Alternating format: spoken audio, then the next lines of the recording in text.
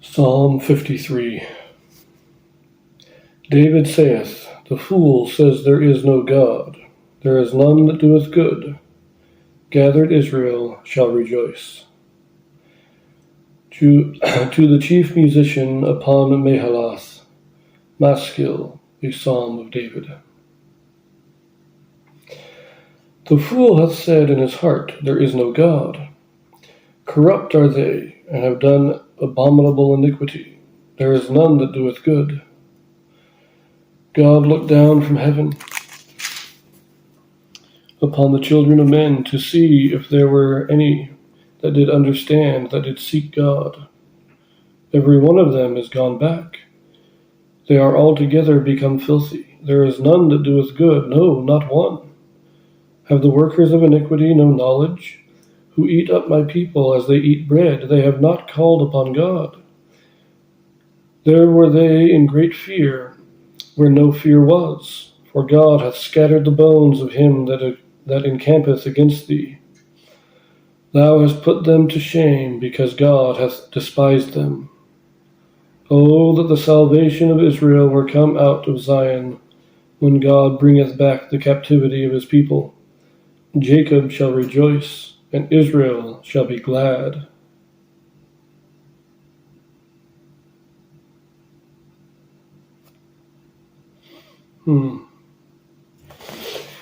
A little foreshadowing there of the captivity, possibly also reference to the captivity of being dead without your body, right?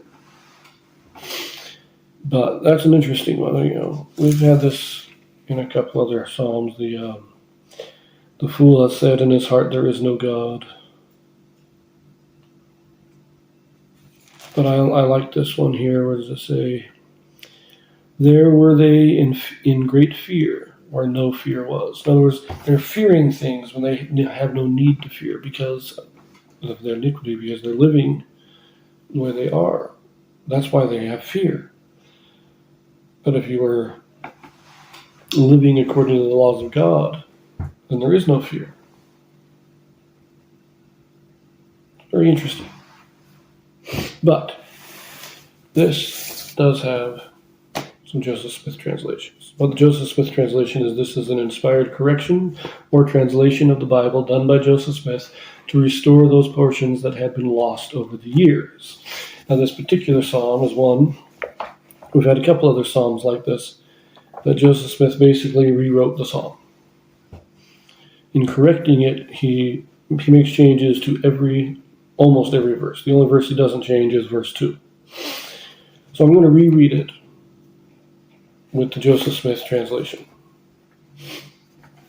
Now, because my book here only contains the verses that have been changed, I will also have to have my regular scriptures here for verse 2, because verse 2 doesn't appear here. So, let us see here. What do we got? The fool hath said in his heart, There is no God. Such are corrupt, and they have done abominable iniquity. There are none that doeth good. God looked down from heaven upon the children of men to see if there were any that did understand, that did seek God. Every one of them is gone back. They are altogether become filthy. The workers of iniquity have no knowledge. They eat up my people as they eat bread. They have not called upon God. There is none that doeth good, no, not one. They were in great fear, for God hath scattered the bones of him that encampeth against him. O Lord, thou hast put to shame those who have said in their hearts, There was no fear, because thou hast despised them. O that Zion were come, the salvation of Israel, for out of Zion shall they be judged, when God bringeth back the captivity of his people, and Jacob shall rejoice, Israel shall be glad. Now this, once again, Joseph Smith really knows how to make the Psalms really get you. This correction is very profound. So first of all, we have this: the fool says there is no God. Such are corrupt. So in other words, those who deny God prove their own corruption. You cannot be a truly moral person and deny God. To deny God is to be morally corrupt. But you'll also note change in wording here in King James. There is none that doeth good, no, not one. That was at the end of verse 3. Joseph Smith transferred that down to the end of verse 4. So now we're talking about those, the workers of iniquity have no knowledge. So in the King James, the question was, have the workers of iniquity no knowledge? But in the Joseph Smith translation, it's a statement. They have no knowledge. None of them are good.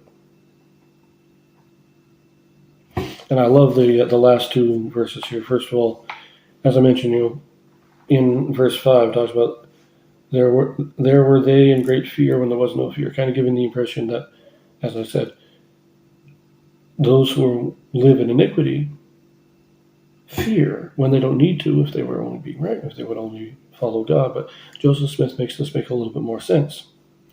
And I like this. It says they were in great fear. For God hath scattered the bones of him. And it says, thou hast put to shame those that have said in their heart, there was no fear. In other words, those who deny God also deny the judgment. They want to live their life as if there was no judgment, that there's nothing to fear after this life, because after this life, it all ends. There's nothing after this life. So there's nothing to fear. There's no future judgment to fear.